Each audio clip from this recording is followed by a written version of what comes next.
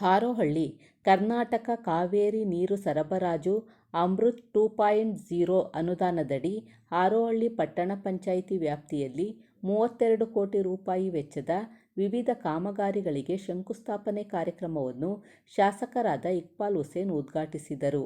ಚಾಮುಂಡೇಶ್ವರಿ ದೇವಾಲಯದ ಆವರಣದಲ್ಲಿ ಕಾರ್ಯಕ್ರಮ ಜರುಗಿತು. ಶಾಸಕರು ಮಾತನಾಡಿ, ಹಾರೋಹಳ್ಳಿಯಲ್ಲಿ ಹೊಸ ತಾಲೂಕು ಕಚೇರಿ ನಿರ್ಮಿಸಬೇಕು, ದೊಡ್ಡ ಕೆರೆ ಶುದ್ಧೀಕರಣ ಮಾಡಬೇಕು. ಈ ನಿಟ್ಟಿನಲ್ಲಿ 20 ಕೋಟಿ ಅನುದಾನ ನಮ್ಮ ಸರ್ಕಾರ ಒದಗಿಸಿದ್ದು, ಹೈಟೆಕ್ ಶಾಲೆ ನಿರ್ಮಿಸುವ ಕೆಲಸ ನಡೆಯುತ್ತಿದೆ. ಹಾರೋಹಳ್ಳಿಗೆ ಮೆಟ್ರೋ ರೈಲು ತರಲು ಚಿಂತನೆ ನಡೆಸಲಾಗುತ್ತಿದೆ ಹಾಗೂ ಸುಸಜ್ಜಿತ ಆಸ್ಪತ್ರೆ, ಅಗ್ನಿಶಾಮಕ ಠಾಣೆ ಜೊತೆಗೆ ಮರಳವಾಡಿಯಲ್ಲಿ ಪೊಲೀಸ್ ಠಾಣೆ ನಿರ್ಮಿಸಲಾಗುವುದು ಎಂದರು.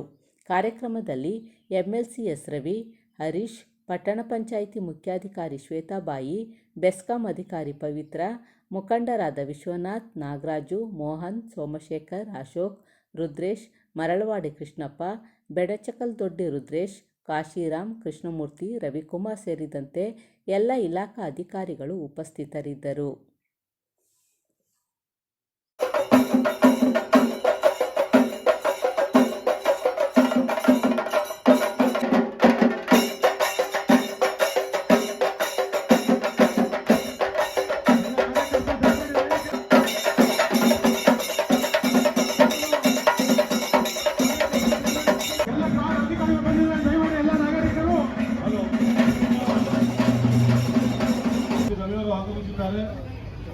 ಅವರಿಗೆ ನಿಮ್ಮೆಲ್ಲರಿಗೂ ಸ್ವಾಗತವನ್ನು ಕೋರ್ತಾ ವೇದಿಕೆಗೆ ಬರಮಾಡಿಕೊಳ್ತಾ ಇದ್ದೀವಿ. ದಯವಿಟ್ಟು ಒಂದು ಜೋರಾದ ಚಪ್ಪಾಳೆಯಾಗಿ ಪ್ರಾರಂಭ ಮಾಡೋಣ. ನಿರೂಪಣೆಯನ್ನು ಪುರಸ್ಕೃತ ಅಮೃತ್ 2.0 ಅನುದಾನದಡಿಯಲ್ಲಿ ಹಾರೋಹಳ್ಳಿ ಪಟ್ಟಣ ಪಂಚಾಯಿತಿ ವ್ಯಾಪ್ತಿಯಲ್ಲಿ ಬಿಡಬ್ಲ್ಯೂಎಸ್ಎಸ್ಬಿ ಕಾವೇರಿ ನೀರು ಸರಬರಾಜು ವ್ಯವಸ್ಥೆಯನ್ನು ಕಲ್ಪಿಸುವ ಯೋಜನೆಯ ಕಾಮಗಾರಿಯ ಅಂದಾಜು ಮೊತ್ತ 33.80 ಕೋಟಿಗಳ ಕಾಮಗಾರಿಯ ಶಂಕುಸ್ಥಾಪನೆ ಸಮಾರಂಭಕ್ಕೆ ಈ ದಿನ ಸಲ್ಲಿಸ್ತಾ ಇದ್ದೇನೆ. ಬೈರತಿ ಸುರೇಶ್ ಅವರು ಕೂಡ ಮಾನ್ಯ ನಗರಾಭಿವೃದ್ಧಿ ಸಚಿವರು ಹಾಗೂ ಕೋಲಾರ ಉಸ್ತುವಾರಿ ಸಚಿವರು ಕರ್ನಾಟಕ ಸರ್ಕಾರ ಅವರ ಅನುಪಸ್ಥಿತಿಯಲ್ಲಿ ಅವರಿಗೂ ಕೂಡ ನನ್ನ ಸ್ವಾಗತವನ್ನ ಕಾರ್ಯಕ್ರಮದ ಪರವಾಗಿ ನಾನು ಸಲ್ಲಿಸ್ತಾ ಇದ್ದೇನೆ. ರಹೀಂ ಖಾನ್ ಮಾನ್ಯ ಅವ್ರಿಗೂ ಕೂಡ ಈ ಕಾರ್ಯಕ್ರಮದ ಪರವಾಗಿ ನಾನು ಸ್ವಾಗತವನ್ನು ಕೊಡ್ತಾ ಇದ್ದೇನೆ. ಹಾಗೆ ಡಾಕ್ಟರ್ ವಿಶ್ವನಾಥ್ ಅವರು ಕೂಡ ಈ ಕಾರ್ಯಕ್ರಮಕ್ಕೆ ಆಗಮಿಸಿದ್ದಾರೆ. ಅವ್ರಿಗೂ ಕೂಡ ಈ ಕಾರ್ಯಕ್ರಮದ ಪರವಾಗಿ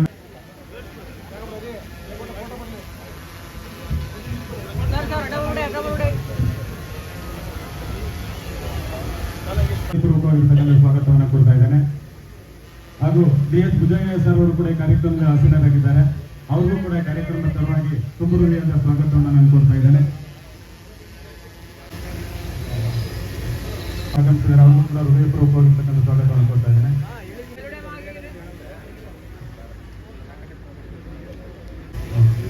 ಕೆಪಿಟಿಸಿಎಲ್ ಕಾಶಿರಾಮ್ ಪಾವರ್ಪುರ ಅಧೀಕ್ಷಕ ಇಂಜಿನಿಯರ್ ಅವರು ಕೂಡ ಕಾರ್ಯಕ್ರಮದಲ್ಲಿ ಆಸೀನರಾಗಿದ್ದಾರೆ. ಅವರು ಕೂಡ ಕಾರ್ಯಕ್ರಮದಲ್ಲಿ ಅವ್ರಿಗೂ ಕೂಡ ಸ್ವಾಗತವನ್ನು ನಾನು ಕೊಡ್ತಾ ಇದ್ದೇನೆ.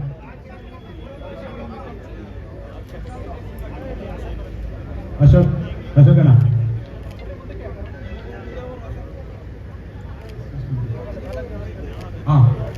ಈ ಕಾರ್ಯಕ್ರಮವನ್ನು ಯಶಸ್ವಿಯಾಗಲಿಕ್ಕೆ ಪ್ರತ್ಯಕ್ಷವಾಗಿ ಮತ್ತು ಪರೋಕ್ಷವಾಗಿ ಕೈಜೋಡಿಸಿರ್ತಕ್ಕಂಥ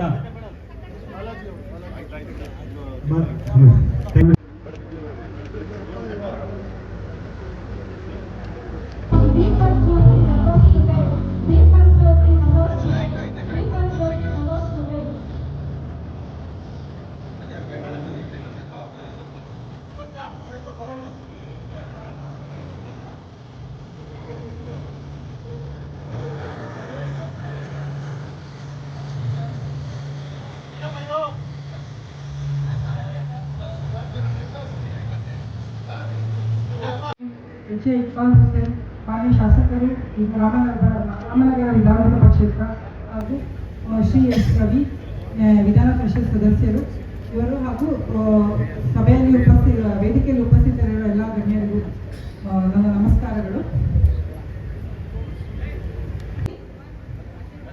ಸದರಿ ಯೋಜನೆಗೆ ಹಾರೋಹಳ್ಳಿ ಪಟ್ಟಣ ವ್ಯಾಪ್ತಿಗೆ ಕಾವೇರಿ ನೀರನ್ನು ಸರಬರಾಜು ಮಾಡಲು ಬಿಡಬ್ಲ್ಯೂಎಸ್ಎಸ್ಬಿ ವತಿಯಿಂದ ನೀರಿನ ಪ್ರಮಾಣವನ್ನು ಅವಶ್ಯಕ ಪ್ರಮಾಣವನ್ನು ಪಡೆದುಕೊಂಡು ಅದರಿಂದ ಹಾರೋಹಳ್ಳಿ ಪಟ್ಟಣದ ಗಾಲಳ ದೊಡ್ಡಿ ಅವಧಿಯಲ್ಲಿ ಸುಮಾರು 3 ಲಕ್ಷ ಲೀಟರ್ ಸಾಮರ್ಥ್ಯದ GLSR ಅನ್ನು ನಿರ್ಮಿಸಿ ಅದರಿಂದ ಪಂಪಿಂಗ್ ಮಷಿನರಿಗಳನ್ನು ಅಳವಡಿಸಿ ಸುಮಾರು 12.24 ಕಿಲೋಮೀಟರ್ ಉದ್ದದ ಫೀಡರ್ ಲೈನ್ಗಳನ್ನು ಅಳವಡಿಸಲು ಉದ್ದೇಶಿಸಲಾಗಿದೆ. ಹಾಗೆಯೇ ಪಟ್ಟಣ ಪಂಚಾಯಿತಿ ವ್ಯಾಪ್ತಿಯ ದ್ಯಾವಸಂದ್ರ ಶಾಲೆಯ ಪಕ್ಕದಲ್ಲಿ 2.5 ಲಕ್ಷ ಲೀಟರ್, ಅಂಚಿಬೆಲೆ ಕಾಲಭೈರವೇಶ್ವರ ದೇವಸ್ಥಾನದ ಹತ್ತಿರ 2.5 ಲಕ್ಷ ಲೀಟರ್, ತಾಮಸಂದ್ರದಲ್ಲಿ 2.5 ಲಕ್ಷ ಲೀಟರ್, ಬಿಡದಿ ರಸ್ತೆಯ KADB ಟ್ಯಾಂಕ್ ಹತ್ತಿರ 5 ಲಕ್ಷ ಲೀಟರ್, ಕೆಬ್ಬೆದೊಡಿ ಪಿರಮಿಡ್ ವ್ಯಾಲಿ ಹಿಂಭಾಗದ ಜಾಗದಲ್ಲಿ 5 ಲಕ್ಷ ಲೀಟರ್ ಸಾಮರ್ಥ್ಯದ ಜಲಸಂಗ್ರಹಗಾರಗಳನ್ನು ನಿರ್ಮಿಸಲು ಉದ್ದೇಶಿಸಲಾಗಿದೆ. ಹಾಗೆಯೇ ಪಟ್ಟಣ ವ್ಯಾಪ್ತಿಯಲ್ಲಿ ಸುಮಾರು 57 ಕಿಲೋಮೀಟರ್ ಉದ್ದಕ್ಕೆ ವಿತರಣಾ ಜಾಲವನ್ನು ಅಳವಡಿಸಲು ಸಹ ಉದ್ದೇಶಿಸಲಾಗಿದೆ. ಮುಂದುವರೆದು ಗ್ರಾಮೀಣ ನೀರು ಸರಬರಾಜು ಯೋಜನೆ ವತಿಯಿಂದ ಸುಮಾರು ಗೃಹ ಸಂಪರ್ಕಗಳನ್ನು ಅವರ ವತಿಯಿಂದ ನೀಡಲಾಗಿತ್ತು. ಏನು ಗ್ಯಾಪ್ ಉಳಿದಿದೆ ಅದರಲ್ಲಿ 2712 ಸಂಖ್ಯೆ ಗೃಹ ಸಂಪರ್ಕಗಳನ್ನು ಈ ಅಮೃತ್ 2 ಯೋಜನೆಯಲ್ಲಿ ಅಳವಡಿಸಲು ಉದ್ದೇಶಿಸಲಾಗಿರುತ್ತದೆ. ಸೊ ಸದರಿ ಕಾಮಗಾರಿಯನ್ನು ಅನುಷ್ಠಾನಗೊಳಿಸಲು ತಮ್ಮೆಲ್ಲರ ಸಹಕಾರವನ್ನು ಈ ಮೂಲಕ ಕೋರುತ್ತಾ ಇದ್ದೇನೆ. ಧನ್ಯವಾದಗಳು. ಇವತ್ತಿನ ಈ ಸಭೆಯ ಅಧ್ಯಕ್ಷತೆ ಮತ್ತು ಉದ್ಘಾಟನೆಯನ್ನು ಮಾಡಿರುವಂತಹ ಮಾನ್ಯ ಶಾಸಕರು ರಾಮರಾಜ ಸುತ್ತಿದ್ರ H. A. ಇಕ್ಬಾಲ್ ಹುಸೇನ್ ಸಾಹೇಬ್ರೆ ಮತ್ತು ಇವತ್ತು ವೇದಿಕೆ ಮೇಲೆ ಮುಖ್ಯ ಅತಿಥಿಯಾಗಿ ಉಪಸ್ಥಿತರಿರುವಂತಹ ಶ್ರೀಯುತ ಎಲ್ ರವಿ ಮಾನ್ಯ ಶಾಸಕರು ವಿಧಾನ ಪರಿಷತ್ ಕರ್ನಾಟಕ ವಿದ್ಯುತ್ ಪ್ರಸರಣ ನಿಗಮವು ಹರವಳ್ಳಿ ತಾಲೂಕು ಮರಳವಾಡಿ ಹೋಬಳಿ ಮುನೇಯಂಬಳ ಗ್ರಾಮದಲ್ಲಿ ಒಟ್ಟು 2x8 MVA 66.11 kV ಉಪಕೇಂದ್ರವನ್ನು ಆಗಲೇ ನಾವು ಕಾಮಗಾರಿಯನ್ನು ಮುಗಿಸಿ ಇವತ್ತು ಉದ್ಘಾಟನೆ ಮಾಡ್ತಾ ಇದ್ದೀವಿ. ಸೊ ಇದರ ಒಟ್ಟು ವೆಚ್ಚ ಸುಮಾರು 11.70 ಲಕ್ಷ ಆಗಿದೆ. ಇದರಿಂದ ಈ ಮಣಿಯಂಬಾಳ ಯೋಜನೆಯಿಂದ ಮಣಿಯಂಬಾಳ ಗ್ರಾಮದ ಸುತ್ತಮುತ್ತ ಗ್ರಾಮಗಳಿಂದ ಮಲಿಗೆಮೆಟ್ಟು, ಚಿಕ್ಕಬಾಲ್ಗೆರೆ, ಉತ್ತಲ ಹುಣಸೆ ಮತ್ತು ಸುತ್ತಲಿನ ಎಲ್ಲ ಪ್ರದೇಶಗಳಿಗೆ ಗುಣಮಟ್ಟದ ನಿರಂತರ ವಿದ್ಯುತ್ ಸರಬರಾಜು ಮತ್ತು ವಿದ್ಯುತ್ ಪಂಪ್ ಸೆಟ್ಗಳಿಗೆ 7 ಗಂಟೆ ವಿದ್ಯುತ್ ಸರಬರಾಜು ಮಾಡೋಕ್ಕೆ ಅನುಕೂಲ ಆಗ್ತದೆ. ಸೊ ಇದರ ಒಟ್ಟು ವೆಚ್ಚ 11.5 ಕೋಟಿ ಆಗಿದೆ. ಸೊ ಇದರಿಂದ ನಮಗೆ ಎಲ್ಲ ಸಮಸ್ಯೆಗಳು ಎಲ್ಲ ಗ್ರಾಮಗಳಿಗೆ ಒಳ್ಳೆಯ ವಿದ್ಯುತ್ ಕೊಟ್ಟು ಮತ್ತು ಒಳ್ಳೆ ಗುಣಮಟ್ಟದ ಒಳ್ಳೆಯ ವಿದ್ಯುತ್ ಕೊಡೋಕ್ಕೆ ಅನುಕೂಲ ಆಗ್ತಾ ಇದೆ. ಅದೇ ರೀತಿ ಕರ್ನಾಟಕ ವಿದ್ಯುತ್ ಪ್ರಸರಣ ನಿಗಮ ಮುಂದಿನ ದಿನಗಳಲ್ಲಿ ಸುಮಾರು ಹಲವಾರು ಯೋಜನೆಗಳನ್ನು ಹಮ್ಮಿಕೊಂಡಿದ್ದು ಅವುಗಳಲ್ಲಿ ಮುಖ್ಯವಾದವುಗಳೆಂದರೆ ಆರೋಬೆಲೆ ಕನಕಪುರ ತಾಲೂಕು ಇಲ್ಲಿ ಸುಮಾರು 66/11 kV ಒಂದು ಸ್ಟೇಷನ್ ನಾವು ಮುಂದಿನ ದಿನಗಳಲ್ಲಿ ಅದನ್ನು ಕೈಗೊಳ್ತಾ ಇದ್ದೀವಿ. ಅದೇ ಥರ ನಾರಾಯಣಪುರ ಲಿಮಿಟ್ಸ್ ಕನಕಪುರ ತಾಲೂಕು ಇಲ್ಲೂ ಕೂಡ ಒಂದು 66/11 kV ಸ್ಟೇಷನ್ಸ್ ನಾವು ಕಾರ್ಯಕ್ರಮವನ್ನು ಕೈಗೊಳ್ತಾ ಇದ್ದೀವಿ. ಅದೇ ರೀತಿ ಹೊಸದುರ್ಗ ಕನಕಪುರ ತಾಲೂಕು ಇಲ್ಲೂ ಕೂಡ ಒಂದು 66/11 kV ಸ್ಟೇಷನ್ಸ್ನ ಕೆಲಸವನ್ನು ಮುಂದಿನ ದಿನಗಳು ತಗೊಳ್ತಾ ಇದ್ದೀವಿ. ಕೋಟೆಕೊಪ್ಪ ರಾಮನಗರ ತಾಲೂಕು ಇಲ್ಲೂ ಕೂಡ ಒಂದು 66 kV ಸ್ಟೇಷನ್ಸ್ ನಾವು ತಗೊಳ್ತಾ ಇದ್ದೀವಿ. ಅದೇ ಥರ ಮಹಾರಾಜ್ ಕಟ್ಟೆ ಕನಕಪುರ ತಾಲೂಕು ಇಲ್ಲೂ ಕೂಡ ಒಂದು 66/11 kV ಸ್ಟೇಷನ್ಸ್ ಅನ್ನ ನಾವು ಕಾಮಗಾರಿಗಳನ್ನು ತಗೊಳ್ತಾ ಇದ್ದೀವಿ. ಅರಕೆರೆ ಗ್ರಾಮ ಕನಕಪುರ ತಾಲೂಕು ಇಲ್ಲೂ ಕೂಡ ಒಂದು 66/11 kV ಸ್ಟೇಷನ್ಸ್ ಅನ್ನ ತಗೊಳ್ತಾ ಇದ್ದೀವಿ. ಮತ್ತು ಗುಂಡಹಳ್ಳಿ ಕನಕಪುರ ತಾಲೂಕು ಇಲ್ಲೂ ಕೂಡ ಒಂದು ಸ್ಟೇಷನ್ಸ್ ನಾವು ತಗೊಳ್ತಾ ಇದ್ದೀವಿ ಮುಂದಿನ ದಿನಗಳಲ್ಲಿ. ಅದೇ ರೀತಿ ಹೊಸಹಳ್ಳಿ, ಹರಿಸಂದ್ರ ಈ ಗ್ರಾಮದಲ್ಲಿ ಕೂಡ ನಾವು ಸ್ಟೇಷನ್ಗಳು ಮತ್ತು ಲೈನ್ಗಳು ಮಾಡೋದ್ರಿಂದ ಎಲ್ಲ ನಮ್ಮ ರಾಮನಗರ ತಾಲೂಕಿನ ಎಲ್ಲ ಗ್ರಾಮಗಳಿಗೆ ಗುಣಮಟ್ಟದ ವಿದ್ಯುತ್ ಸರಬರಾಜು ಕೊಡೋಕ್ಕೆ ಸಾಧ್ಯತೆ ಆಗ್ತದೆ. ಈ ಬಗ್ಗೆ ನಮ್ಮ ಎಲ್ಲ ಮಾನ್ಯ ಶಾಸಕರ ಎಲ್ಲ ಸಹಕಾರದೊಂದಿಗೆ ನಾವು ಮುಂದಿನ ಕೆಲಸಗಳನ್ನು ಮಾಡ್ತಾ ಇದ್ದೀವಿ. ಸೊ ಇದರ ಸಹಕಾರ ಬೇಕಂತ ನಾನು ತಮ್ಮಲ್ಲಿ ಸೌನ್ಯ ಪ್ರಾರ್ಥನೆ ಮಾಡ್ತಾ ನಿಮ್ಮೆಲ್ಲರ ಜನಪ್ರಿಯ ಶಾಸಕರು, ನಮ್ಮ ಆತ್ಮೀಯರು ಆಗಿರ್ತಕ್ಕಂಥ ಮಾನ್ಯ ಶ್ರೀ ಇಕ್ಬಾಲ್ ಹುಸೇನ್ ಅವರೇ, ವೇದಿಕೆ ಮೇಲೆ ಆಸೀನರಾಗಿರ್ತಕ್ಕಂಥ ನಮ್ಮ ಹಿರಿಯ ಮುಖಂಡಗಳಾಗಿರ್ತಕ್ಕಂಥ DM ವಿಶ್ವನಾಥ್ ಅವರು, ನಾಗರಾಜ್ ಅವರು, ಭುಜಂಗಯ್ಯನವರು, ರಾಮನಗರ ಪ್ರಾಧಿಕಾರದ ಅಧ್ಯಕ್ಷರಾಗಿರ್ತಕ್ಕಂಥ ಚೇತನ್ ಅವರು, ಮಾಜಿ ಜಿಲ್ಲಾ ಪಂಚಾಯಿತಿ ಉಪಾಧ್ಯಕ್ಷರು ಸೌಭಾಗ್ಯಮ್ಮ, ಗ್ಯಾರಂಟಿ ಅನುಷ್ಠಾನ ಸಮಿತಿ ಅಧ್ಯಕ್ಷರು ಅಶೋಕ್ ಅವರು, ಬೊಮ್ಮನ ನಿರ್ದೇಶಕರಾದಂಥ ಹರೀಶ್ ಅವರು, ಬಾಲಾಜಿಯವರಾದಿಯಾಗಿ ಕಾರ್ಯಕ್ರಮಗಳ ಪಟ್ಟಿ ನೋಡಿದೆ. ಬೆಳಗ್ಗೆಯಿಂದ ಸಂಜೆವರೆಗೂ ಮಾಡಿದ್ರೆ ಒಂದು ಶಾಸಕರಿಗೆ ಮುಗಿಯೋದಿಲ್ಲ, ಅಷ್ಟು ಕಾರ್ಯಕ್ರಮದ ಪಟ್ಟಿನ ಹಾಕೊಂಡಿದ್ದಾರೆ.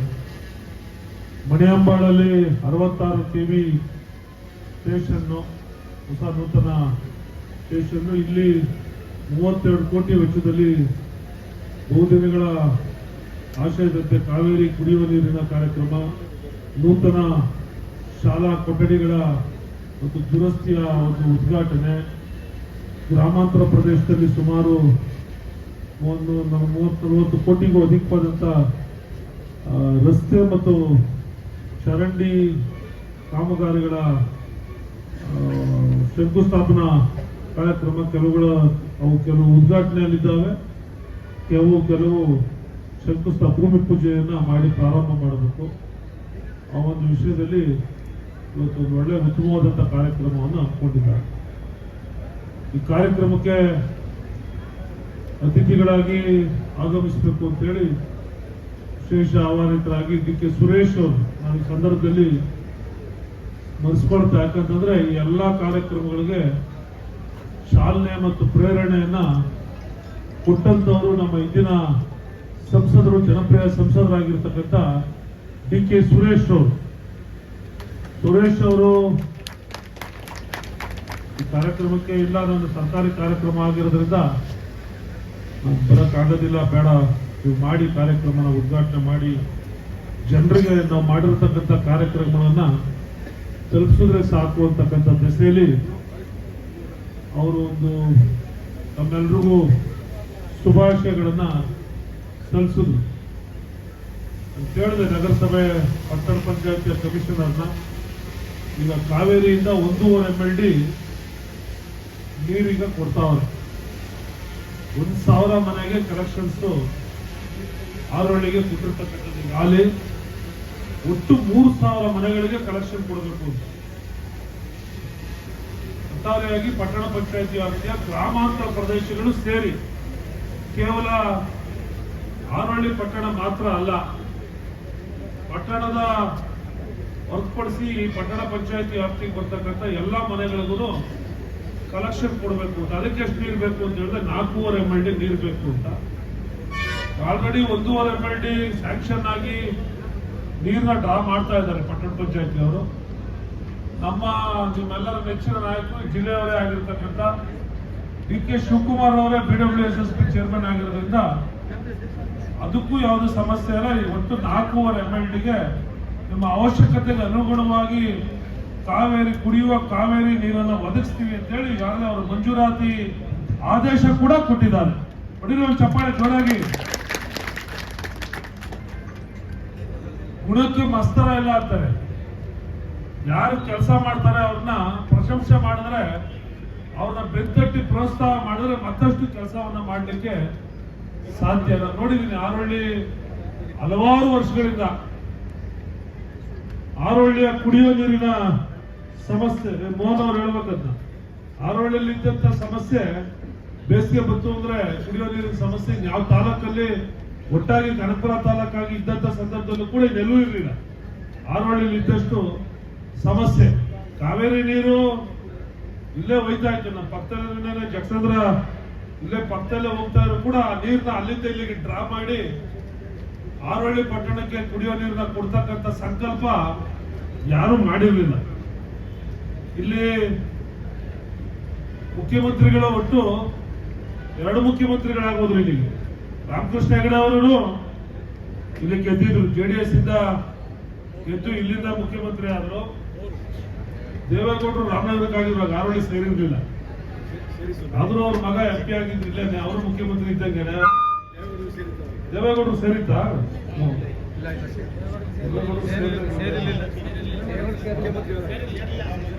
ಕುಮಾರಸ್ವಾಮಿ ಅವರು ಇಲ್ಲಿ ಮುಖ್ಯಮಂತ್ರಿ ಆಗೋದ್ರು, ಅವರ ಅಪ್ಪ ಪ್ರಧಾನಮಂತ್ರಿ ಆಗಿದ್ರು.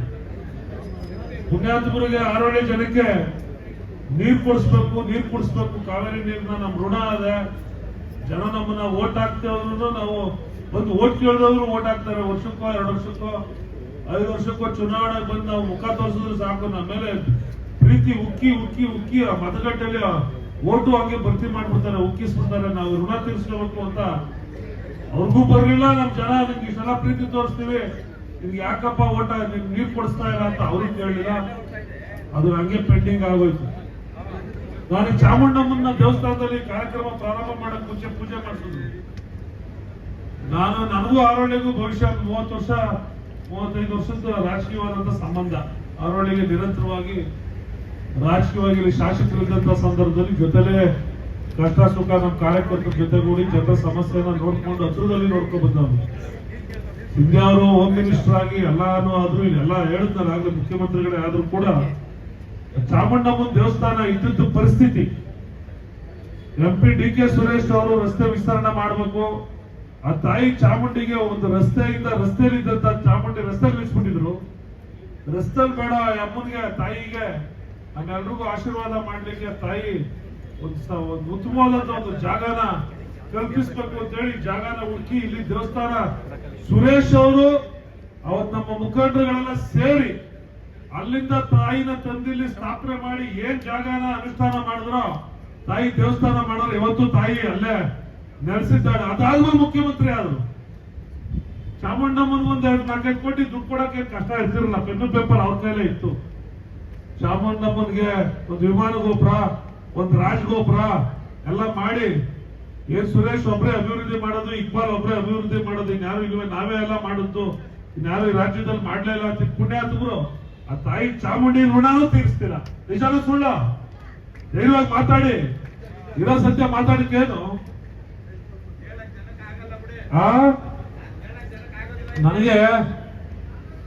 ನನಗೆ ಇವತ್ತು ಕೂಡ ನನಗೆ ಬಂದಾದಾಗ MLA ಸ್ವಲ್ಪ ತಡವಾಗಿ ಬಂದ್ರು.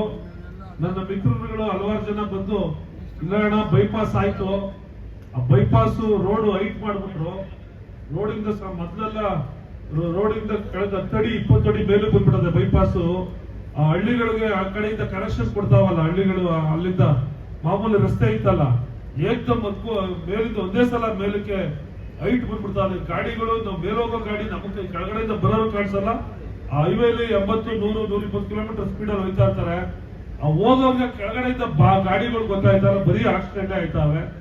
ಆಕ್ಸಿಡೆಂಟ್ ಆಗಿ ಈಗಾಗಲೇ ಬಹಳ ಜನ ಸತ್ತೋಗ್ಬಿಟ್ಟವ್ರ ಕಾರಣ ಬಹಳ ಅಪಘಾತಗಳಾಯ್ತಾವೆ. ಇದಕ್ಕೇನಾದ್ರು ಕೊನೆ ಮಾಡ್ಬೇಕು ಅಂತ ನಾನು ನೆನ್ಸ್ಕೊಂಡೆ. ನಾನು DK ಸುರೇಶ್ ಅವರ ಸದ್ಭಾವನ್ ಕಂಪನಿಗೆ ಆಗಿತ್ತು ಬೈಪಾಸ್ ರಸ್ತೆ, ನ್ಯಾಷನಲ್ ಹೈವೇ ಇದೇನಾಯ್ತು ಬೆಂಗಳೂರಿಂದ ಇವತ್ತು ಕೊಳ್ಳೇಗಾಲದವರೆಗೂ ಸದ್ಭಾವನ್ ಅಂತ ಕಂಪನಿ ಅಂಬಿ ಸತ್ತೋಗ್ಬಿಟ್ಟು ಕೆಲಸ ನಿಲ್ಸ್ಬಿಟ್ಟಿದ್ದ. ಅದು ಅವನು ಡ್ರಾ ಮಾಡ್ಬಿಟ್ಟಿದ್ದ ದುಡ್ಡ. ಅದು ದೊಡ್ಡ ಕಥೆ ಹೇಳಿದ್ರೆ ಅರ್ಧ ಗಂಟೆ ಹೇಳ್ಬೇಕಾಗ್ತದೆ. ಅವನ ಅಧಿಕಾರಿಗಳ ಜೊತೆ ಸೇರಿ ನ್ಯಾಷನಲ್ ಹೈವೇ ಕೇಂದ್ರ ಸರ್ಕಾರದ ಕೆಲಸ, ಅದು ದುಡ್ಡ ಡ್ರಾ ಮಾಡ್ಬಿಟ್ಟಿದ್ರು.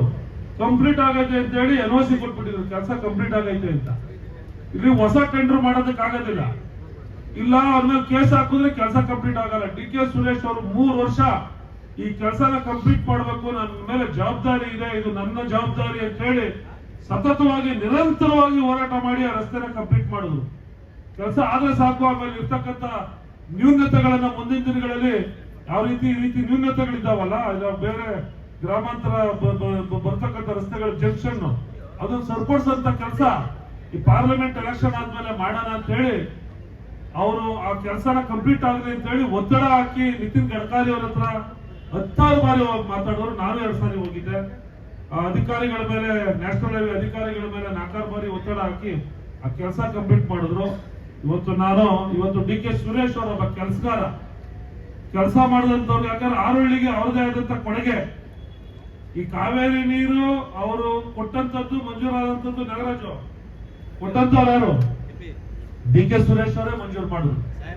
ಅವತ್ತು DK ಶಿವಕುಮಾರ್ ಅವ್ರ ಹತ್ರ ಬಲವಂತವಾಗಿ ಯಾರು ಬೆಂಗಳೂರವರೆಲ್ಲ ಕಡೆ ಕುಡಿಯೋದು ನೀರು, ನಮ್ ಜನ, ನಮ್ ಸರ್ಕಾರ, ನಮ್ ಜನ ಮೊದಲು ಕುಡಿಬೇಕು ನೀರನ್ನ, ನಾವು ಕುಡಿದಾದ್ಮೇಲೆ ಬೆಂಗಳೂರಲ್ಲಿ ಕುಡಿಬೇಕು ಅಂತ ಹೇಳಿ ಈ ಮಂಜೂರಾತಿ ಮಾಡುವವರೇ DK ಸುರೇಶ್. ನ್ಯಾಷನಲ್ ಹೈವೇ ಮಾಡಿದವರೇ DK ಸುರೇಶ್. ರಸ್ತೆ ಅಗಲೀಕರಣ ಮಾಡಿದವರೇ ಕಾಂಗ್ರೆಸ್ ಅವರು DK ಶಿವಕುಮಾರ್. ಚಾಮುಂಡೇಶ್ವರಿ ದೇವಸ್ಥಾನದಲ್ಲಿ ತಂದವರೇನ DK ಸುರೇಶ್. ಸರ್ಕಾರಿ ಕಾರ್ಯಕ್ರಮ ಇದು. ನಾನು ನೇರವಾಗಿ ಅಧಿಕಾರಿಗಳಿದ್ದಾರೆ, ಮಾಧ್ಯಮದವರಿದ್ದಾರೆ, ನನ್ನ ಆರೋಗ್ಯ ಜನ ಇದ್ದಾರೆ. ನನಗೆ ಈ ರೀತಿಯಾಗಿ ಮಾತನಾಡೋದಕ್ಕೆ ಹೆಮ್ಮೆ ಅನಿಸ್ತದೆ. ನಮ್ಮ ನಾಯಕರ ಬಗ್ಗೆ, ನಮ್ಮ ಕಾಂಗ್ರೆಸ್ ಪಕ್ಷದ ಬಗ್ಗೆ, ನಮ್ಮ ಶಾಸಕರ ಬಗ್ಗೆ, ನಮ್ಮ ಶಾಸಕರು ಕೆಲಸ ಮಾಡ್ತಾ ಇರ್ತಕ್ಕಂಥ ಕಾರ್ಯ ವೈಖರಿಯ ಬಗ್ಗೆ ನನಗೆ ಹೆಮ್ಮೆ ಅನಿಸ್ತದೆ. ಜನ ಮತ ಹಾಕಿರೋದು ಅಷ್ಟೇ ಅಲ್ಲ, ಮತ ಹಾಕಿರ್ತಕ್ಕಂಥ ಮತದಾರನ ಋಣ ತೀರಿಸಬೇಕು ಅಂತ ಹೇಳಿ ಅತ್ಯಂತ ಪ್ರಾಮಾಣಿಕವಾಗಿ ಕೆಲಸ ಮಾಡ್ತಾ ಇರ್ತಕ್ಕಂಥ 224 ವಿಧಾನಸಭಾ ಕ್ಷೇತ್ರಗಳಲ್ಲಿ ಯಾರಾದ್ರೂ ಅಗ್ರಗಣ್ಯ ಶಾಸಕರು ಒಬ್ರು ಇದ್ರೆ ಅದ್ರಲ್ಲಿ ಇಕ್ಬಾಲ್ ಹುಸೇನ್ ಅವರು ಕೂಡ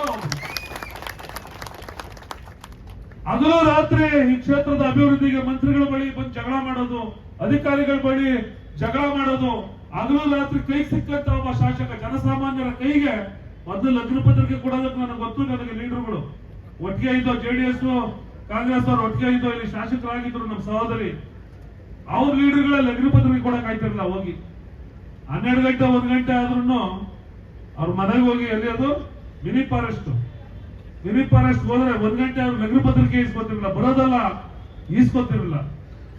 ಆದ್ರೆ ಇವತ್ತು ಬದಲಾವಣೆ ಆಗಿದೆ. ಇವತ್ತು ಯಾಕಂತಂದ್ರೆ ಮಾಡಿರ್ತಕ್ಕಂಥ ಕೆಲಸ ವ್ಯತ್ಯಾಸ ಹೇಳ್ಬೇಕು, ನಾವೆಲ್ಲ ಹೇಳೋದು ಅದೇ ತಪ್ಪು. ಅಪ್ಪ ಇವತ್ತಿನ ಶಾಸಕರ ಕಾರ್ಯವೈಖರಿಗೂ ಅವ್ರಿಗೂ ಇವತ್ತು ಪ್ರತಿ ಗ್ರಾಮಾಂತರ ಪ್ರದೇಶಗಳಲ್ಲಿ ಜನ ಟೀಕೆ ಮಾಡ್ತಾರೆ. ನಮ್ಮ ವಿರೋಧದವರು ಇಲ್ಲ ಅಪ್ಪ, ಇರ್ತಕ್ಕಂಥ ದುಡ್ಡೆಲ್ಲ ಹೆಣ್ಮಕ್ಳು ಕೊಟ್ಬಿಟ್ರು. ಈ ರಾಜ್ಯದಲ್ಲಿ ಸಿದ್ದರಾಮಯ್ಯನು DK ಶಿವಕುಮಾರ್ ಸೇರ್ಕೊಂಡು ಇಡೀ ರಾಜ್ಯನ ಹೆಣ್ಮಕ್ಳು 70,000 ಕೋಟಿ ಕೊಟ್ಬಿಟ್ರು. ಎಲ್ಲರ ಮನೆಗೆ ಉಚಿತವಾದಂತ ವಿದ್ಯುತ್ ಕೊಟ್ಬಿಟ್ರು, 10 kg ಅಕ್ಕಿ ಕೊಟ್ಬಿಟ್ರು, ಹೆಣ್ಮಕ್ಳಿಗೆ ಉಚಿತವಾಗಿ ಬಸ್ ಕೊಟ್ಬಿಟ್ರು, ಬಸ್ಸಲ್ಲಿ ಓಡಾಡಂತ ಹಕ್ಕನ್ನ ಕೊಟ್ಬಿಟ್ರು. ಇವ್ರಿಗೆ 2,000 ರೂಪಾಯಿ, ತಿಂಗಳಿಗೆ 2,000 ರೂಪಾಯಿ ಕೊಟ್ಟು ಖಜಾನೆನ ಲೂಟಿ ಮಾಡ್ಬಿಟ್ರು ಅಭಿವೃದ್ಧಿ ಮಾಡೋದಕ್ಕೆ.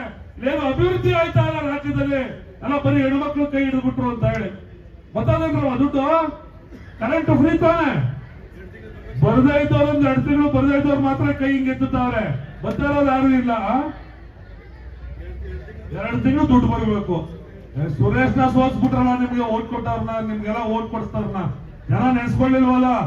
ಎಲ್ಲ ಮಂಜುನಾಥ್ MP ಆಕ್ಸಿಡೆಂಟ್ ಆಗಿ ಜನ ಸತ್ತೋಗ್ತಾರಲ್ಲ, ಕರೆದು ಮೀಟಿಂಗ್ ಮಾಡಿ ಸಭೆ ಕರೆದು ಕೇಂದ್ರ ಸರ್ಕಾರ ಅವ್ರದೇ ಸರ್ಕಾರ, ಆ ಸರ್ಕಾರದಲ್ಲಿ ಇರ್ತಕ್ಕಂಥ ಸಮಸ್ಯೆ ಪರಿಹಾರ ಮಾಡ್ತಕ್ಕಂಥ MP ನಮ್ಮ MP ಅಲ್ಲ. ಕಾಣದಂತೆ ಮಾಯವ ಯಾರು? ಜನ ಓಟ್ ಹಾಕ್ತಾರೆ. ನೀವು ಕೆಲಸ ಮಾಡಿದವ್ರು ಓಟ್ ಹಾಕ್ತಾರ. ನಮ್ ಜನ ಪ್ರಾಮಾಣಿಕವಾಗಿ ಹಗಲು ರಾತ್ರಿ 6 ತಿಂಗಳು ವರ್ಷ ಬಂದದ್ದು ಬರ್ತದೆ. 2 ತಿಂಗಳದಲ್ಲ, ವರ್ಷ ಇದ್ರು 100 ಬಸ್ ಓಡಾಡ್ತಾ ಇಲ್ವಾ? ಬಸ್ ಓಡಾಡ್ತಾ ಇದೀರ ಇಲ್ವಾ? ಕರೆಂಟ್ ಫ್ರೀ ತಾನೆ ಹೇಳಿ ಬಿಗಿಯಾಗಿ. ನಿಮ್ಗೆ ಕೊಟ್ಟು ಗಂಡಸರೆಲ್ಲ ನಮಗ್ ಬೈತಾರೆ, ಬರೀ ಹೆಂಗಸರು ಕೊಟ್ಬಿಟ್ರಿ ಅಂತ. ನೀವು ಈಸ್ಕೊಂಡವ್ರು ಬಂದೋಬಸ್ತ್ ಆಗಿ ನಿಮ್ ಗಂಡರಿಗೆ, ನಿಮ್ಮ ಅಪ್ಪರಿಗೆ, ನಿಮ್ಮ ಮಕ್ಕಳಿಗೆ ಕಿವಿ ಹಿಡಿದು ಕಾಂಗ್ರೆಸ್ ಓಟ್ ಹಾಕ್ಬೇಕು. ಸಿದ್ದರಾಮಯ್ಯ, ಶಿವಕುಮಾರ್, ಇಕ್ಬಾಲ್ ಹುಸೇನ್ ಕೆಲಸ ಮಾಡ್ತಾ ಇರ್ತಕ್ಕಂಥ ಮಾತು ನೀವು ಹೇಳ್ಬೇಕಲ್ಲ. ಹೇಳಿದ್ರೆ ತಾನೇ ನಿಮ್ಗೆ ಇನ್ನೊಂದಷ್ಟು ಕಾರ್ಯಕ್ರಮ ಕೊಡೋದು. ಮುಂದಕ್ಕೆ ಇನ್ನೂ ನಿಮ್ಗೆ ಇನ್ನೇನೇನು ಕೊಡ್ಬೇಕು ಎಲ್ಲ ಯೋಚನೆ ಮಾಡ್ತಾವ್ರೆ ಸಿದ್ದರಾಮಯ್ಯನವರು, DK ಶಿವಕುಮಾರ್ ಅವರು. ನಾನು ಇಷ್ಟೆಲ್ಲವನ್ನ ನಾನು ಅದೇ ಹೇಳ್ತಾ ಇದ್ದೆ. ಈಗ ಪಟ್ಟಿ ಹೇಳಕ್ ಹೋದ್ರೆ ನನ್ನ ಕೆಲಸದ್ದು ಬುದ್ಧಿ ಪೂಜೆ ಕಾರ್ಯಕ್ರಮ ಊರೂರಲ್ಲೂ ಅಭಿವೃದ್ಧಿ ಕಾರ್ಯಕ್ರಮಕ್ಕೆ ದುಡ್ಡು ಕೊಟ್ಬಿಟ್ರು.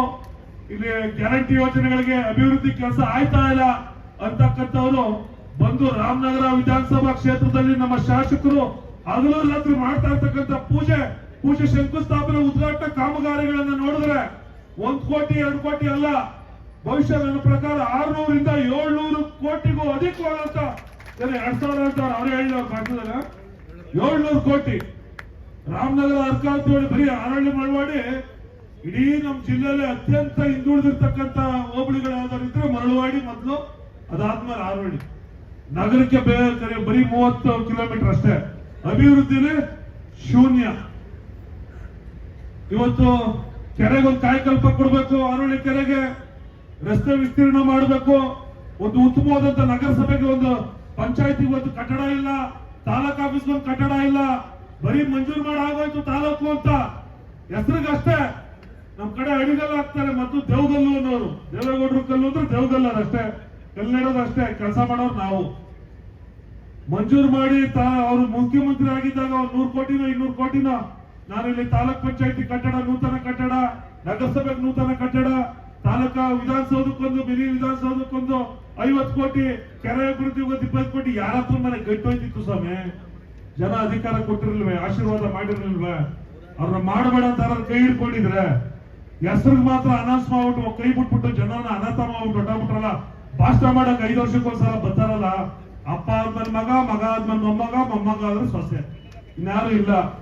ನಿಜವಾದಂತ ಪ್ರಾಮಾಣಿಕವಾದಂತ ಜನರ ಸೇವೆಯನ್ನ ಮಾಡ್ತಾ ಎಲ್ಲ ಜಾತಿ, ಎಲ್ಲ ಜನಾಂಗ, ಎಲ್ಲ ವರ್ಗಗಳನ್ನ, ಎಲ್ಲ ವರ್ಗದ ರೈತರನ್ನ ಇವತ್ತೆಲ್ಲ ಜೊತೆಗೆ ತಗೊಂಡು ಹೋಗ್ತಾ ಇರ್ತಕ್ಕಂಥ ಶಾಸಕರಾಗಿದ್ರೆ ಅದು ನಮ್ಮ ನೆಚ್ಚಿನ ಶಾಸಕರಾದಂತ ಇಕ್ಬಾಲ್ ಹುಸೇನ್ ಸಾಹೇಬ್ರವರು, DK ಶಿವಕುಮಾರ್ ಹಾಗೂ DK ಸುರೇಶ್ ಅವರ ಮಾರ್ಗದರ್ಶನದಂತೆ ಅವರ ನೆರವಿನಿಂದ ಅತ್ಯುತ್ತಮವಾದಂತ ಕೆಲಸವನ್ನ ಮಾಡ್ಕೊಂಡು ಬರ್ತಾ ಇದ್ದಾರೆ.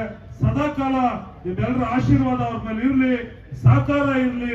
ರಾಜಕಾರಣ ಚುನಾವಣೆ ಆದ್ಮೇಲೆ ರಾಜಕಾರಣ ಹೋಗ್ತದೆ ಬರ್ತದೆ, ಆದ್ರೆ ಕೆಲಸ ಮಾಡ್ತಕ್ಕಂಥವ್ರಿಗೆ ಬೆಂತಡ್ತಕ್ಕಂಥದ್ದು ನಿಮ್ಮೆಲ್ಲರ ಆದ್ಯ ಕರ್ತವ್ಯ ಅಂತ ಹೇಳಿ ಭಾವನೆಯನ್ನ ಮಾಡ್ತಾ ಉತ್ತಮವಾಗಿ ಕಾರ್ಯಕ್ರಮವನ್ನ ಆಯೋಜನೆ ಮಾಡಿದರೆ. ಸ್ವಲ್ಪ ತಡ ಆದ್ರೂ ಕೂಡ ಕಾರ್ಯಕ್ರಮ ಪ್ರಾರಂಭ ಆಗಿದೆ. ನಿಮ್ಮೆಲ್ಲರಿಗೂ ಯಶಸ್ಸಾಗಲಿ.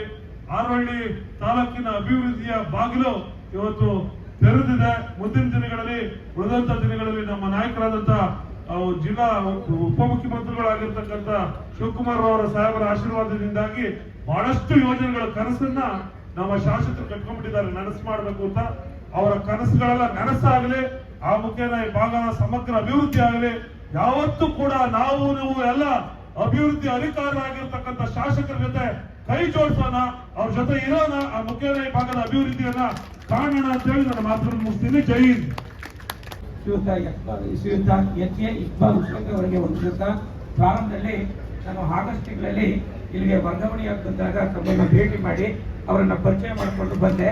ಆನಂತರ ನಮ್ಮ STMCಯ ಸೂಚಕರಾಗಿರ್ತಕ್ಕಂಥ ಶ್ರೀಯುತ ಸೋಮಶೇಖರ್ ಅವರು ಸಾಕಷ್ಟು ಬಾರಿ ಭೇಟಿ ಮಾಡಿಸಿ ನಮ್ಗೆ ಆಗ್ಬೇಕಾಗಿರ್ತಕ್ಕಂಥ ಕೆಲಸ ಕಾರ್ಯಗಳ ಬಗ್ಗೆ ಸಾಕಷ್ಟು ಅವರ ಜನಪ್ರಿಯ ಮನ್ನಣೆಯನ್ನು ಕೂಡ ಗಳಿಸಿಕೊಟ್ಟಿದ್ದಾರೆ. ಪ್ರಾರಂಭದಲ್ಲಿ ನಮ್ಮ ಮುಖ್ಯಮಂತ್ರಿಯವರ ವಿಶೇಷ ಅನುದಾನದಲ್ಲಿ 2022-23ನೇ ಸಾಲಿನಲ್ಲಿ ಸುಮಾರು 27,80,000 ಅನುದಾನದಲ್ಲಿ ನಮ್ಮ KPSನ ಪ್ರಾಥಮಿಕ ಪೂರ್ವ ವಿಭಾಗದ ಸುಮಾರು 2 ನೂತನ ಕೊಠಡಿಗಳನ್ನ ನಿರ್ಮಾಣ ಮಾಡಿಕೊಟ್ಟಿದ್ದಾರೆ. ಅವರಿಗೆ ನಿಮ್ಮೆಲ್ಲರ ಪರವಾಗಿ ಹೃದಯಪೂರ್ವಕವಾದ ನಮನಗಳು. ಎಲ್ಲಕ್ಕಿಂತ ಹೆಚ್ಚಾಗಿ ಈಗ ಕಾಲೇಜು ವಿಭಾಗದಲ್ಲಿ ವಿದ್ಯಾರ್ಥಿಗಳಿಗೆ ಶೌಚಾಲಯದ ಬಗ್ಗೆ ತುಂಬಾ ಕೊರತೆ ಇತ್ತು. ಈಗ ಹೊಸದಾಗಿ ಒಂದು 6 ಶೌಚಾಲಯಗಳನ್ನ ನಿರ್ಮಾಣ ಮಾಡಿಕೊಡ್ತಾ ಇದ್ದಾರೆ. ಅದಕ್ಕೂ ಕೂಡ ಅವರಿಗೆ ನಾನು ತುಂಬು ಹೃದಯದ ಧನ್ಯವಾದಗಳನ್ನ ಸಲ್ಲಿಸ್ತಾ ಇದ್ದೇನೆ. ಈಗ ಮಾನ್ಯ ಶಾಸಕರು ನಮ್ಮ KPS ಶಾಲೆಯ ಬಗ್ಗೆ ವಿಶೇಷವಾದ ಕಾಳಜಿಯನ್ನು ಇಟ್ಕೊಂಡು ಶಿಥಿಲವಾಗಿರ್ತಕ್ಕಂಥ ಸುಮಾರು 9 ಕೊಠಡಿಗಳನ್ನ ನೂತನವಾಗಿ ವಿದ್ಯುತ್ ಶಕ್ತಿ ಸೌಕರ್ಯದಿಂದ ಅದಕ್ಕೆ ಬೇಕಾಗಿರ್ತಕ್ಕಂಥ ಎಲ್ಲ ಸಕಲ ಸೌಲಭ್ಯವನ್ನು ಕೂಡ ಒದಗಿಸಿಕೊಟ್ಟಿದ್ದಾರೆ. ಅವರಿಗೆ ಧನ್ಯವಾದಗಳು. ಈಗ ವಿಶೇಷ ಅನುದಾನದಲ್ಲಿ ಮತ್ತೆ 3 ಹೊಸ ಕೊಠಡಿಗಳನ್ನ ಶಿಲಾನ್ಯಾಸ ಮಾಡಿ ಅವುಗಳಿಗೆ ಏನಾದರೂ ಒಂದು ಕಾಯಕಲ್ಪವನ್ನು ಕೊಡಬೇಕು ಅನ್ನುವಂಥ ಉದ್ದೇಶದಿಂದ ಸಾಕಷ್ಟು ಕೆಲಸ ಕಾರ್ಯಗಳನ್ನ ಮಾಡ್ಕೊಡ್ತಾ ಇದ್ದಾರೆ. ಸಾಲದಕ್ಕೆ ಅದಕ್ಕೆ ಏನೆಲ್ಲ ಆಗ್ಬೇಕು ಅನ್ನೋದ್ರ ಬಗ್ಗೆ ಒಂದು ಕ್ರಿಯಾಯೋಜನೆಯನ್ನು ಕೂಡ ಸಿದ್ಧ ಮಾಡಿ ಸಾಹೇಬರಿಗೆ ಈಗಾಗಲೇ ನಾವು ಕೊಟ್ಟಿದ್ದೇವೆ. ದಯವಿಟ್ಟು ನಮ್ಮ ಹಾರೋಹಳ್ಳಿ ತಾಲೂಕಿನ ಪಕ್ಕ ಆಗಿರೋದ್ರಿಂದ ಆ ಸ್ಟೇಡಿಯಂ ಬಗ್ಗೆ ವಿಶೇಷವಾದ ಕಾಳಜಿಯನ್ನು ವಹಿಸಿ ಇಡೀ ತಾಲೂಕಿನಲ್ಲಿ ಬರ್ತಕ್ಕಂಥ ಎಲ್ಲ ಏನು ನಮ್ಮ ಪ್ರಾಥಮಿಕ ಪ್ರೌಢ ಮತ್ತು ಕಾಲೇಜುಗಳಿದೆಯಲ್ಲ ಆ ಎಲ್ಲ ಅಭಿವೃದ್ಧಿಗಾಗಿ ಅವರು ಕಂಕಣಬದ್ಧರಾಗಿ ನಿಲ್ಲಿ ನಮಗೂ ವ್ಯವಸ್ಥಿತವಾಗಿರ್ತಕ್ಕಂಥ ಕಟ್ಟಡಗಳನ್ನ ಕಟ್ಟಿಸಿಕೊಡ್ಲಿ, ದೇವರು ನಮಗೆ ಶಕ್ತಿಯನ್ನೆಲ್ಲ ಕೊಡ್ಲಿ ಅನ್ನುವಂಥ ಉದ್ದೇಶದಿಂದ ಹಾರೈಸುತ್ತಾ ಈ ಮಾತನ್ನು ಮುಗಿಸ್ತೇನೆ. ಜೈ ಹಿಂದ್.